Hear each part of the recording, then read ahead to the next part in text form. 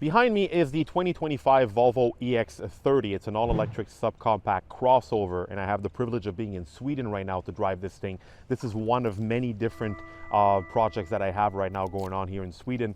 Interesting fact, it's only about 8:30 a.m. and the sun is only starting to rise. It's also quite cold, which is why I'm wearing this handy toque. I also want to pay attention to where I am right now. I am right now at the Saab, the old Saab factory in Trollhättan, about an hour and a half northeast of Gothenburg. I went by the Saab museum earlier. Unfortunately, it was closed and their schedule doesn't work with my schedule. I have to get back to Gothenburg to visit a Volvo factory, but it still allowed me to connect the dots with Saab. And here it is right now, the old Saab factory. This is where they used to build the Saabs. It's quite interesting, a bit sad also to see that there's nothing going on right now. This is where Saab built most of their iconic models, 900, the 93, the 95, the 9000, the Viggens, all the way up to the early 2010s when unfortunately after GM sold Saab, Saab was not able to sustain itself. It was not able to raise enough capital to survive, and it unfortunately passed away. But it's nice to see that the museum is keeping the brand alive, and we're still seeing a lot of Saabs around here in Trollhättan, which is a testament to the pride that the Swedes have with this car maker. And over at Volvo as well, there's a lot of references to Saab as to pay homage and to respect this Scandinavian car maker that did make quite an impact in the automotive industry. So back to the EX30, it's actually the third time I drive this thing. The first time was a year ago in Barcelona. There's actually a full article from me on topspeed.com when I first drove it, and I'm happy to live with it again because it's a really interesting little crossover. It really puts forward Sweden's minimalist design to lower the carbon footprint and to reduce the amount of resources used to build the car. So let's go around this vehicle together in detail. Okay, so in terms of size, this is very tiny. It's actually smaller than the EX40. It's the smallest vehicle in Volvo's lineup right now. It's about the size of a Chevy Bolt EV. Fully electric, of course. I like the way this thing looks. It's got a nice little kind of egg-shaped, cute, northern kind of design. I like how the wheels are stretched all the way to the back edges of the car, sorry. And it looks kind of like stubby, sporty at the same time. I like this. I'm not a big fan of white cars. I would have preferred this in more vibrant colors. It's available in a fluorescent yellow, which I find really cool. Neat taillights, typical Volvo. They break up here. I find that quite cool. And, decent cargo space. It's not the most spacious vehicle in this class. Again, about Chevy Bolt EV or Bolt EUV size. What you're seeing here is the Phase 2 connector for level 2 charging. What's interesting about Europe is that you actually have to kind of build it yourself. In North America, the connector is already, all the cable and everything's already on the charger, whereas here you kind of, you connect one part onto your car, the other part onto this big wall box, and then that gives you level 2 charging. And this is really nice. Look at that. It says, will it fit? You have a little diagram that shows you what you can fit in the back of an EX30. This is so cool. This is kind of like IKEA level stuff. Very Scandinavian, and this is a nice touch you're getting in the EX30. So there's only one battery capacity available for this thing. It's a 64 kilowatt hour, battery, which is quite small considering what else is out there on the industry. And this will give you different range figures depending on the configuration you take. In this case, this is a one motor rear wheel drive version. It's good for 261 miles of range according to the EPA. And then if you opt for the dual motor, you bump that up to 253 miles of range. And it has a fast charging rate of 153 kilowatts. So very decent fast charging rate, decent range. And the performance is also pretty cool in this thing. I mean, in single motor form, you're getting 268 horsepower and 253 pounds-feet of torque, 0 to 60 miles per hour in 5.1 seconds. So respectfully quick, like quicker than most hot hatchbacks right now on sale. But then if you opt for the dual motor, the twin motor performance, you're climbing to 422 combined horsepower and 400 foot-pounds of torque. 0 to 60 in 3.4 seconds. Jeez, that's like ridiculously fast for like a dinky little crossover like this. So it's a fun little car to drive. I personally prefer it in rear-wheel drive because there's no motor in the front, so it makes it lighter and you get better steering response. It's just more fun. It's rear-wheel drive. You can kind of drift it also when you take off traction control.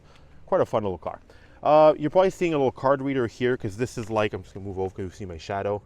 This is like a Tesla where you just get into the car and it detects you either through a card, an app, or Volvo also will offer you a key fob if you want that.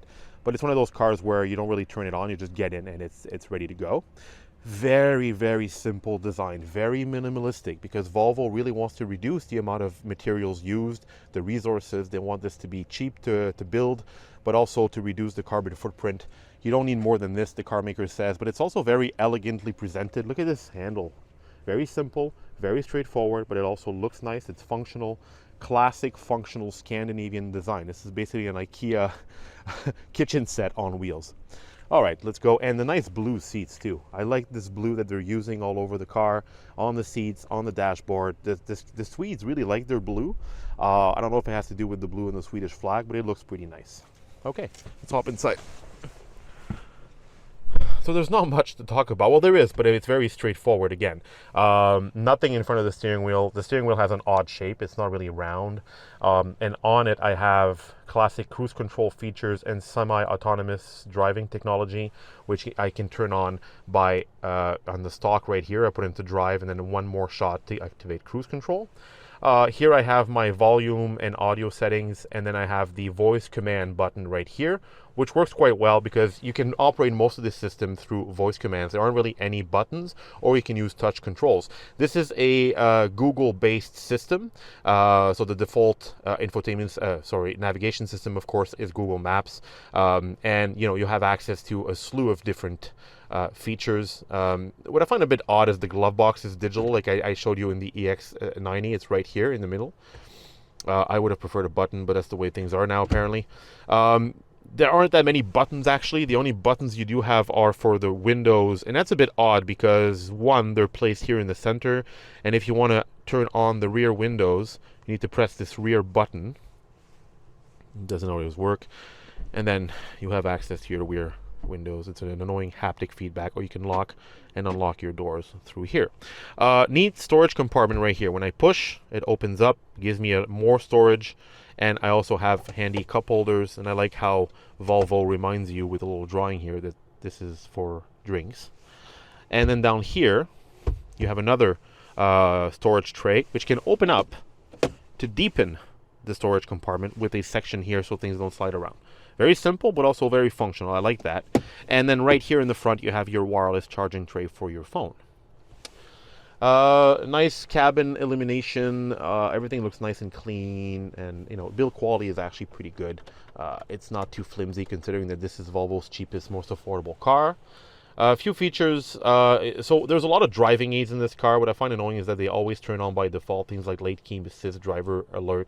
And since I'm in Europe, this thing will beep at me the moment I go over the speed limit. I can turn everything off, but I do need to go back in the system every time to do so. Climate controls are right here, but I can control this using voice controls. We'll give it a try. Lower cabin temperature. All right, turning down the temperature by 2 degrees. 17 degrees is a bit low. I'm going to go back. Increase cabin temperature. Sure, turning up the temperature by 2 degrees. All right, so it works quite well. And all your information is up here: your speedometer, your range, your battery, your the time and the temperature. I mean, outdoor temperature. It's a bit frustrating though, because I do wish that Volvo gave me some kind of a heads-up display, because this tablet is a bit small, and that's both good and not good. Volvo considers that we don't need more than this for driving, and I appreciate what they're saying, and I kind of agree with them. I don't like these massive tablets that we're getting in the industry right now, but the information is still rather small. So when you're driving, especially at night, here it's always dark, you do kind of have to focus sometimes on your tablet. You're not always looking ahead on the road, and it can be a bit distracting in that sense. Also interesting fact, if you see right here, there's the Harman Kardon soundbar. This is actually the only speaker in the entire car. Again, to lower cost and to lower the carbon footprint, they only put one central speaker, and it sounds actually pretty good. All right, let's go sit in the back real quick. What I appreciate also for this car is that although it's quite tiny, a big guy like me does fit quite comfortably in the back. All right, so again, the front seat is adjusted for my height. a bit tight at the knees, but if the front passenger just moves ahead a bit, it won't be so bad.